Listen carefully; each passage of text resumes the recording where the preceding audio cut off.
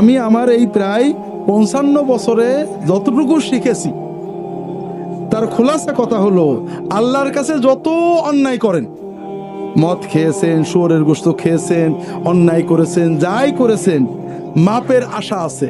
আল্লাহ মাপ চাইলে মাপ করবে, না চাইলেও করতে পারে। কথা বুঝতে পেরেছেন? আর একটা গুনাহ আল্লাহ মাপ না চাইলে মাপ করবে না, তওবা পুরো করলে সেটা হলো শিরকের গুনাহ। আর একটা গুনাহ আল্লাহ মাপ চাইলেও পুরো মাপ করবে না, সেটা হলো বান্দার হক, মানুষের ক্ষতি করেছেন। কথা বুঝতে পেরেছেন? এই জন্য ভাইরা, আপনার দ্বারা যেন কোনো মানুষের ক্ষতি না হয়। আমরা এখানে যারা আছি সবাই কিন্তু দুর্বল পার্টি।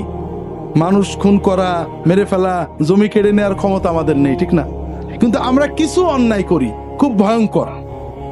তার ভিতরে একটা হলো গীবত করি। কি করি? গীবত সত্য কথা না মিথ্যা কথা? আমি মাঝে মাঝে প্রশ্ন করি ঠকানোর জন্য, এটাও কিন্তু সেই জন্য। গীবত আসলে শতভাগ সত্য কথা। মিথ্যা হলে সেটা গীবত থাকে না, সেটার নাম হলো অপবাদ। মিথ্যা হলো অপবাদ। আল্লাহ রসুল সাল্লাল্লাহু আলাইহি ওয়াসাল্লাম বলছেন, আতাদরুন আমাল গীবা? কালু আল্লাহু ওয়া রাসূলুহু আলাম। ক্বালা যিকরুকা আখাকা বিমা ইয়াকরাহু। ক্বালু ইয়া রাসূলাল্লাহ রাআইতা ইন কানা ফি আখি মা আকুল। ক্বালা ইন কানা ফি আখিকা মা তাকুলু ফাকাদ ইগতাবতা ওয়া ইন লাম ইয়াকুন ফিহি মা তাকুলু ফাকাদ বাহাত্তা আও কামা ক্বালা সাল্লাল্লাহু আলাইহি ওয়াসাল্লাম। রাসূলুল্লাহ সাল্লাল্লাহু আলাইহি ওয়াসাল্লাম সাহাবীদের বলছেন, তোমরা জানো গীবত কি? তারা বললেন, আল্লাহ এবং তার রাসূল ভালো জানেন। রাসূলুল্লাহ সাল্লাল্লাহু আলাইহি ওয়াসাল্লাম বললেন, তোমার ভাই সম্পর্কে তার গায়বাতে, গীবতে, তার অনুপস্থিত অবস্থায় এমন কথা বলবে যে এটা শুনলে তার মন খারাপ হবে। সাহাবীরা প্রশ্ন করলেন যে ইয়া রাসূলুল্লাহ, এইরকম জিনিস যদি তা সত্যিই থাকে? রাসূলুল্লাহ সাল্লাল্লাহু আলাইহি ওয়াসাল্লাম বললেন, যদি সত্যই এরকম জিনিস থাকে তাহলে সেটা গীবত, আর যদি মিথ্যা বলো সেটা অপবাদ। তাহলে গীবত হওয়ার জন্য দুটো জিনিস শর্ত, একটা হলো সত্য হতে হবে, আর একটা এমন কথা যেটা তার পিছনে বললে সে শুনলে তার খারাপ লাগবে, কষ্ট পাবে। কথা বুঝতে পেরেছেন? আর অপবাদের কথা একটু পরে যাচ্ছি। আল্লাহ রসুল সাল্লাল্লাহু আলাইহি ওয়াসাল্লাম বসে আছেন, তার পাশে তার স্ত্রী আয়েশা রাদিয়াল্লাহু তাআলা আনহা বসে আছেন। এমন সময় আর এক স্ত্রী সফিয়া রাদিয়াল্লাহু তাআলা আনহা তার কাছে এসেছেন। কয়েকটা কথা বলে তিনি চলে গেছেন। আয়েশা রাদিয়াল্লাহু তাআলা আনহা বলছেন, ইয়া রাসূলুল্লাহ হাসবুকা মিন সফিয়া কাযা ওয়া কাযা। তা আয়েশা রাদিয়াল্লাহু তাআলা বলছেন যে ইয়া রাসূলুল্লাহ, আপনার স্ত্রী সফিয়া, তার তো এই ত্রুটি আছে। কথা বোঝেননি? কথা বুঝতে পেরেছেন? আয়েশা সত্য বললেন না মিথ্যা বললেন? সত্য বললেন। সফিয়া চলে যাওয়ার পরে আয়েশা একটা সফিয়ার সত্য দোষের কথা বললেন যে আপনার স্ত্রী সফিয়ার এই দোষ আছে। আয়েশা রাদিয়াল্লাহু তাআলা আনহার এই কথা শুনে রাসূলুল্লাহ সাল্লাল্লাহু আলাইহি ওয়াসাল্লাম বললেন, ইয়া আয়েশা লাকাদ কুলতি কালিমাতান লাউ মুজিজাত বিমাইল বাহরি লামাজাজাত। আয়েশা, তুমি এমন একটা কথা বললে, একটা বাক্য বললে, এই বাক্যের ভিতরে এত দুর্গন্ধ, এত ময়লা, এত নাপাকি, এত পাপ আছে যে সমুদ্রের পানিতে এটা ঠেলে দিলে, সমুদ্রের পানির ভিতরে এই বাক্যটা ফেলে দিলে পুরো সমুদ্রের পানি নাপাক হয়ে যাবে।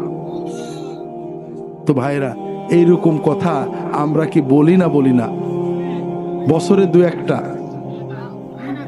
হাজারিন, 5 জন 2 জন মেয়ে এক জায়গায় হলে কথা বলেন, অমুকের বাড়ি দাওয়াতে গেছিলাম, এই দুল পরেছে, এই ফুল পরেছে, এই শাড়ি পরেছে, এই রান্না করেছে, ইত্যাদি সমালোচনা করেন না? সওয়াব হচ্ছে না গুনাহ হচ্ছে? কত কঠিন গুনাহ যে কিয়ামতের দিন আপনার নেকিগুলো কেড়ে নিয়ে যাবে। আমরা 5 জন এক জায়গায় বসলে ইমাম সাহেব, মৌলানা সাহেব, মন্ত্রী সাহেব, অমুক সাহেব গীবত করি না? গুনাহ হচ্ছে না সওয়াব হচ্ছে? সবচেয়ে বড় মজা হলো ভাইরা, আমরা গীবত করি যাদের পছন্দ না করি, ঠিক না? যাদের মহব্বত করি সাধারণত গীবত করি না। কার গীবত করি? যেমন ফুরফুরার লোকেরা হয়তো চরমনার গীবত করে, চরমনার হুজুরেরা ফুরফুরার গীবত করে, জামাতের হুজুরেরা তবলিগের গীবত করে, তবলিগের হুজুরেরা জামাতের গীবত করে। আছে না নেই? আছে। প্রথমত এটা একটা মহাপাপ। 2 নম্বর কথা, ওই যার গীবত করলেন কিয়ামতের দিন আপনার জিকির, ওজিফা, জিহাদ, তাকওয়া, তওবা সব সওয়াব কেড়ে নিয়ে যাবে। কাজেই ভাইরা, আমরা গীবত করি যাদের পছন্দ না করি, ঠিক না? যাদের মহব্বত করি সাধারণত গীবত করি না। কার গীবত করি? আমার অনুরোধ হলো যেন জবানে গীবত না যায়। কথা কি বুঝতে পেরেছেন? মদের পাপের তওবা সহজ, গীবতের পাপের তওবা সহজ না। অনেক হাদিস আছে, লম্বা বলতে পারবো না। আমরা গীবতের চেয়েও বড় পাপ হলো মিথ্যা অপবাদ দেওয়া। কথা বোঝেননি? আর এটা আমরা দিই। আল্লাহ রাসূল সাল্লাল্লাহু আলাইহি ওয়াসাল্লাম বলছেন, মান ক্বালা ফি মুমিনিন মা লাইসা ফি আসকানাল্লাহু রাদগাতাল খাবালি হাত্তা ইয়াতিয়া বিমাখরাজিম মিন। যদি কেউ কোনো মুসলমানের ব্যাপারে এমন কথা বলে যেটা সত্য নয়, কিয়ামতের দিন জাহান্নামের মানুষদের রক্ত, পেশাব, পায়খানা, পুজ যেখানে জমা হবে সেই সাগরের ভিতরে আল্লাহ তাআলা ওই ব্যক্তিকে রেখে দিয়ে বলবেন, তুমি যে অমকের ব্যাপারে কথা বলেছিলে এই কথার দলিল দিয়ে এখান থেকে বেরোবা। ভাইরা, একটু সচেতন হন। আমরা কি না বলি, বিশেষ করে যারা ইসলামী আপনারা এখানে আছেন, এক দল আর এক দলের বলি ও হলো ইহুদি খ্রিস্টানের দালাল, ও হলো আমলিগের দালাল, ও হলো কি বলে বিএনপির দালাল, ও নাকি অমকের কাছে টাকা খায়, ও সৌদি আরবের টাকা খায়, ও ইন্ডিয়ার টাকা খায়, ও অমক দলে চলে গেছে। এই সব কথা বলি না বলি না?